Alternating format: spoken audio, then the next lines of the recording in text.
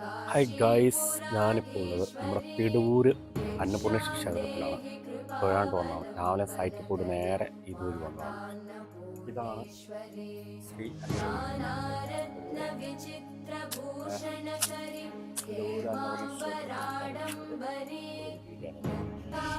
അപ്പോൾ ഈ ക്ഷേത്രം വരുന്നത് പിടവൂർ കവല കഴിഞ്ഞ് ഇച്ചിരി വരുമ്പോൾ തന്നെ റൈറ്റിലോട്ട് മയിലൂർ കയറുന്ന ഒരു വഴിയുണ്ട്. ആ വഴിക്ക് കയറുന്നിടത്താണ് ക്ഷേത്രം വരുന്നത്. ഈ ക്ഷേത്രത്തിലെ പ്രതിഷ്ഠ എന്ന് പറഞ്ഞാൽ അന്നപൂർണേശ്വരിയാണ്. അതുപോലെ തന്നെ അകത്ത് വിഘ്നേശ്വരനും ഉണ്ട്, അതുപോലെ ഭദ്രകാളിയുമുണ്ട്. പിന്നെ പുറത്ത് പ്രതിഷ്ഠയായിട്ട് അയ്യപ്പസ്വാമിയുണ്ട്. പിന്നെ ഈ സൈഡിലായിട്ട് സപ്തധർമ്മദേവങ്ങളുണ്ട്.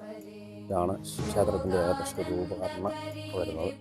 അത്യാവശ്യം എല്ലാ പ്രതിഷ്ഠകളും അതുപോലെ അന്നപൂർണേശ്വരിയുടെ അതുപോലെ ഭദ്രകാളിയും തൊഴുതു വണങ്ങാനായിട്ട് വരുന്നവർക്കും ഒരുമിച്ച് വരാൻ പറ്റിയൊരു ക്ഷേത്രമാണ്.